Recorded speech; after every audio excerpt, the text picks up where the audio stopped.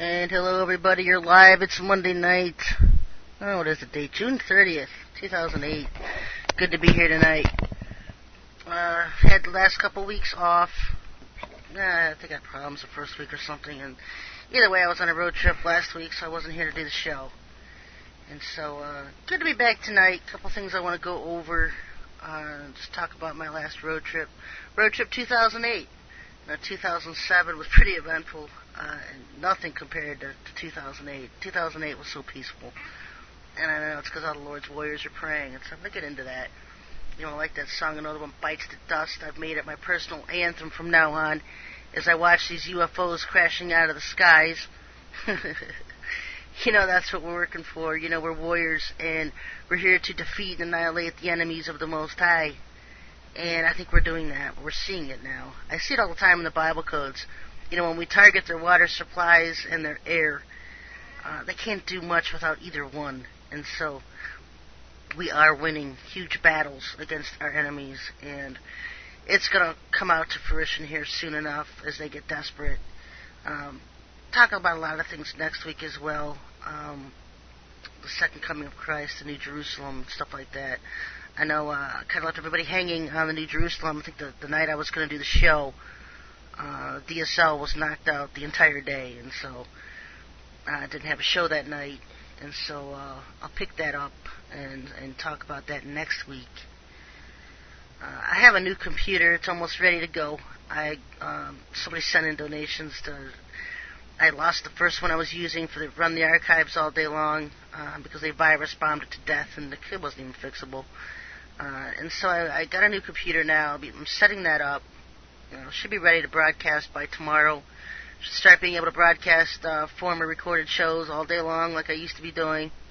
And this time get a good antivirus program on it and get that going. So it's almost ready.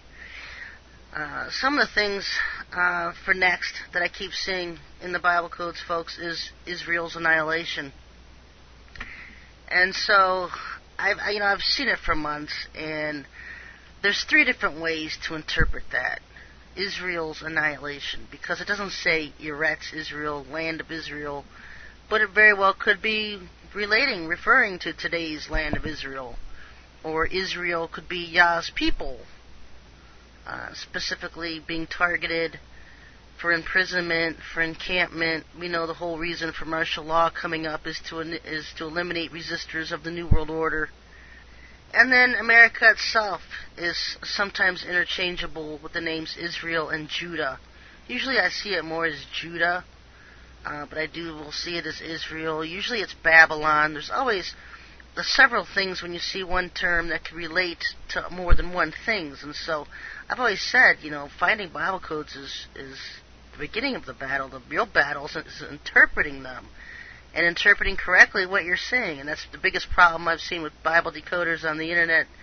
I won't even go to their sites anymore to read their codes because I simply don't know how to interpret what they're saying. And I'm very careful about it myself in interpreting. And so I know there's various ways one thing can be interpreted, and so I'm just going to throw them out, and we can just wait and see what develops out of it. We know Bush is baiting Iran. He just baits them. I don't know if he's actually going to go in and attack them or not. He's baiting them since 9/11, aligning them with the axis of evil, threatening to blow them up, bomb them, and he's just baiting them. It's almost like he wants them to just start unleashing missiles here in the United States. And I can remember back in 2003, and I said, you know what, I'm looking at these Bible codes, and I'm seeing missiles in many, many of our cities, and Iran is all over them. Iran has something to do with all these missiles in our cities. And so every time I hear Bush go around baiting Iran, we're going to bomb you, we're going to come in, we're going to take out your nuclear program, he's just baiting them almost. Go ahead, strike us, we don't care. He doesn't care. America's not his home. He's been working with the New World Order, the globalist Satanists, for years, and the whole Bush clan, the whole Clinton, Barack Obama, John McCain, it doesn't matter who they are. America is not their home. The only reason they want leadership is because they want credit in their own little satanic circles for being the ones that have helped destroy America. And as soon as Americans wake up, which was not going to be till too late, there's not much we can do about it except prepare. Prepare. I was thinking today, even at the time Yahushua arrived on earth, the Jews were living under Roman occupation. They were pretty much just slaves to the Roman government. And here we are again, 2,000 years later, the Jews living under Roman occupation. The biggest thing about the Roman occupation back then is that they were not people of God. They're basically just Gentiles and serpent seed ruling over Israel. And that's basically what we have again today in America, because so many of America is Israel. They just don't know who they are. And we're slaves to the serpent seed yet once again. Just trying to survive and live every day. All you do is work, pay bills.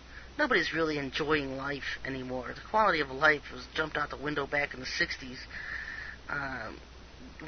Most families are working 2 to 3 jobs, incomes just to survive. And, you're just slaves. We're slaves to the system, the serpent seed. And that's the way, the only person that's going to be able to bail us out is the Most High at the second coming of Yahushua.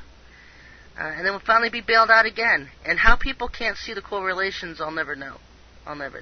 Most Americans today just don't realize who they are, that they are indeed. And bloodline Israel doesn't really matter anymore. But if they even got that far, it would be something. Because as far as the Most High is concerned, Yahushua, the new Israel, the whole point of him coming and having a new covenant with his people in the New Testament, was that the new Israel was those who worshipped and followed him. Didn't have anything to do with bloodlines anymore. He had divorced the old Israel. The new Israel was anybody that accepted him as Messiah and followed him. And so today, that could be anybody, any bloodline, any color, includes anybody in the world that accepts him and follows him. And so I don't know why there's so many fights on the internet about the bloodline Israel, who's the real Israelites, and blah, blah, blah, blah. I mean, the real Israel are those who follow him. And so sometimes when I see that in the codes, I'll see Israel annihilation. I'm thinking the War of the Saints is coming. The Antichrist War on the Saints is coming up real soon.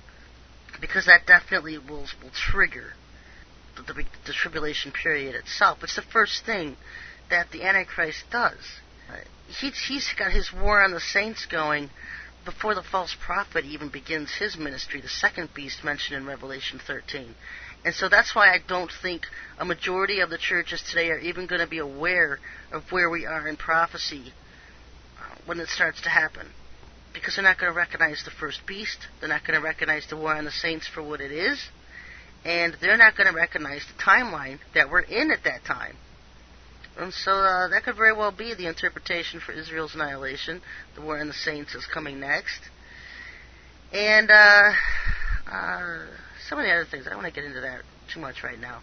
If you have a question for the show, you can send an email to SherryTalkRadio@yahoo.com.